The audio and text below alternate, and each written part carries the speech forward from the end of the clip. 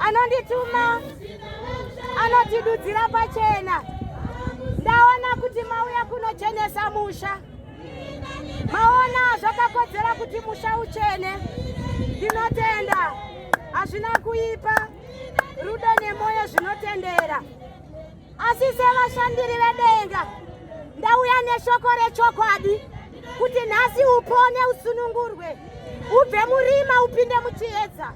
Uri kushedzera mambo Jesu wakamumirira kuti ngauye nesimba redenga. Ini ndauya nechokwadi kwauri. Akadzoka Jesu. Hauna kuziva here kuti akauya kaya? Nyika iri murima.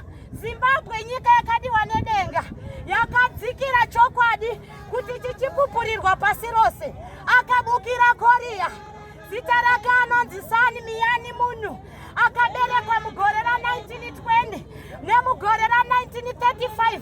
Mweya wedenga akaburuka kudenga, akapinda mwanakomana. Ndokupedzisa basa rake, ndokupedzisa basa rake. Apedza basa rake, ndinokupa makore mana. Iye zvino pasi rose rondengendetswa.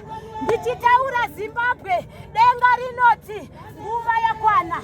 Ropa riri kudeuka muZimbabwe. Handitaure nguva refu nekuti Zimbabwe sechipo chakadzikira mairi. Denga roti kana isina kutenda, kana isina kupupura, nokuti ndo yatumwa nedenga kuti ipupure chokwadi, iparidzire vanhu chokwadi. Jesu zvaakadzoka rose ni enjakope. Zvaakadzoka. Ndaona une rudo nebasa raMwari. Nyika kuchauya mumwe mwana achazokutorerawo kana kukwanisa makore 15 ane mashanu.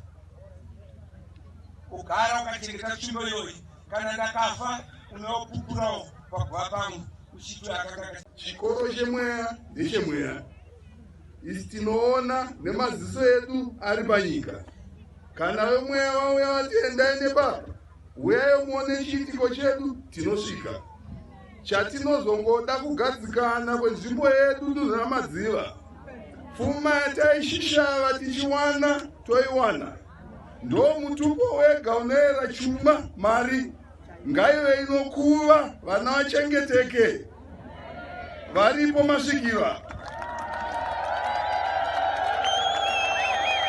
ngaiuye Maria vemauya kana taguta tozotapurirawo matunhu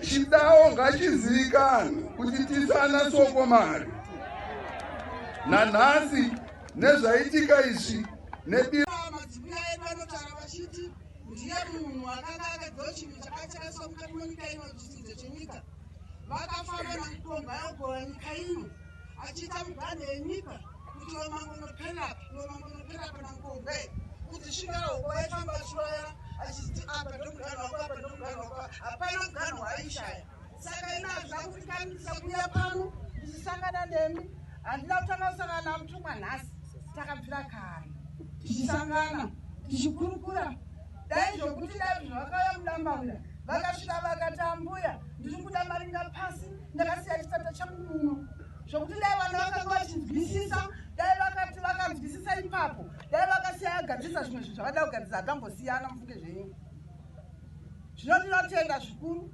nyika yasadza desi nyika yemadzimambo varikutomadzishevatinavo vafunguziro vari pano ndinokutenda ichaizvo ungano yakadai ini ndafara zvikuru asi chengetedzai mwana puha tsvimbo iyi itsvimbo yenyika idare renyika ndononzi dare renyika inoti chinenge chanetsa chese vanoda kuzosungana musoro pamwe chete makonga aya musikana akasika zvinhu zvake zvese iye nhasi kana ikaenda kuti neende ana mbuya edu akagezedzera pamuti raibuda uchi mukaka sadza zviyo sadza remhunga zvese nyama zvese zvikuda pamutoma acho.